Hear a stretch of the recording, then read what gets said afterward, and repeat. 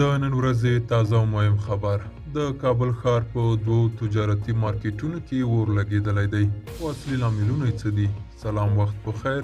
که غواړئ پوه شئ ویډیو تر پای وګورئ او که تر اوسه پورې مو وطن میډیا یوټیوب چینل نه وي سبسکرایب کړی همدا اوس یې سبسکرایب کړئ تر څو نوي او تازه معلومات تر تاسو در ورسیږي. یوه باوري سرچینه وایي د کابل ښار د میرویس میدان سیمې په دوو مارکیټونو احمدي اباسین زادران کې اور لګېدلی دی.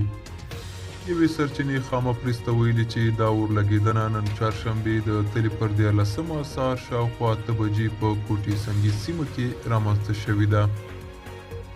د سرچینې د معلوماتو له مخې دا اور د درېیمې حوزې اړوند په احمدي او اباسین زادران مارکیټونو کې لګېدلی دی.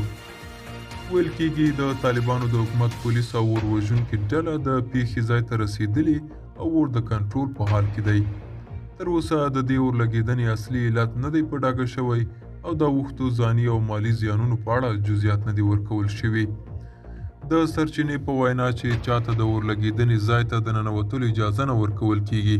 دا په داسې حال کې ده چې څو کاله وړاندې هم په اباسین زادران مارکیټ کې اور لګېدلی و چې له امله یې درانه مالي او ځاني زیانونه اوښتي وو.